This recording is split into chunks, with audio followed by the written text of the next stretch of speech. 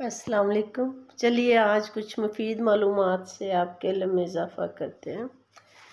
جان stock جو ہے وہ 1525 سے 1605 تک زندہ رہا۔ یہ برطانیہ کا صفِ اول کا تاریخ دان تھا۔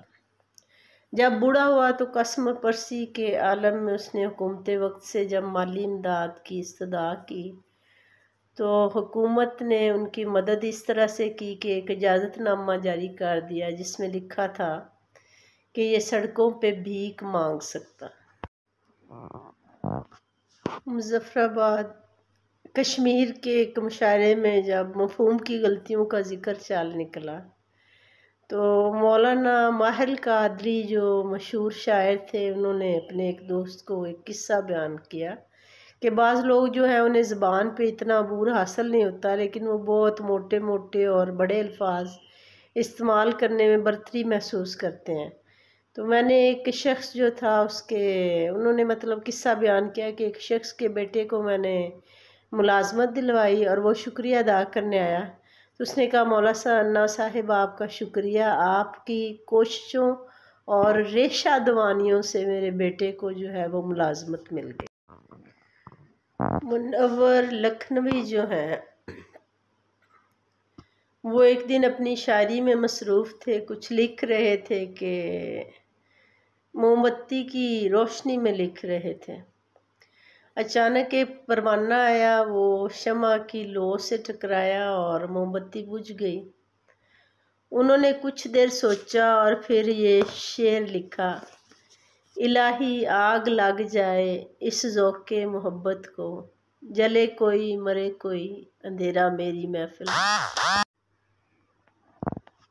برطانیہ کے جان کارٹن جو ہیں وہ گردن سے لے کر نیچے تک سارا دھاڑ ان کا مفلوج تھا، لیکن انہیں مصوری کا اتنا شوق تھا کہ وہ دانتوں سے برش پکڑ کر تصویریں بناتے رہے، یہاں تک کہ وہ ایک ماہر مصور بن گئے۔ آپ بھی کچھ کر لیں۔ سردی کے ایام تھے، پنجرہ سامنے تھا اور مرزا غالب دیکھ رہے تھے کہ طوطا جو ہے وہ اپنا سر پروں میں چھپا رہا تھا اور نیچے منہ کر کے بیٹھا تھا۔ تو مرزا غالب نے پوچھا کہ میاں مٹھو، تمہاری نہ تو بیوی ہے نہ بچے ہیں، پھر تم نے کس فکر میں سر کو جھکایا ہوا؟ سوئٹزرلینڈ کی مشہور آرٹسٹ ایم رمے بن جب پیدا ہوئی تو پیدائشی طور پہ اس کے بازو موجود ہی نہیں تھے، لیکن اس نے 5 سال کی عمر میں پینٹنگ مکمل سیکھ لی تھی۔ پھر اس نے بہترین خطاطی سیکھی اور ایک مشہور مصور بن گئی۔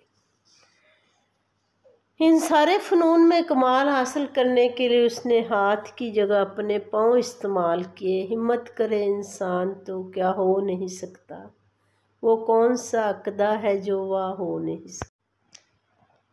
ایک صحابی حضور اکرم صلی اللہ علیہ وسلم کی خدمت اقدس میں حاضر ہوا اور آپ صلی اللہ علیہ وسلم سے استدعا کی کہ یا نبی صلی اللہ علیہ وسلم مجھے ایک اونٹ دے دیا جائے سواری کے لیے۔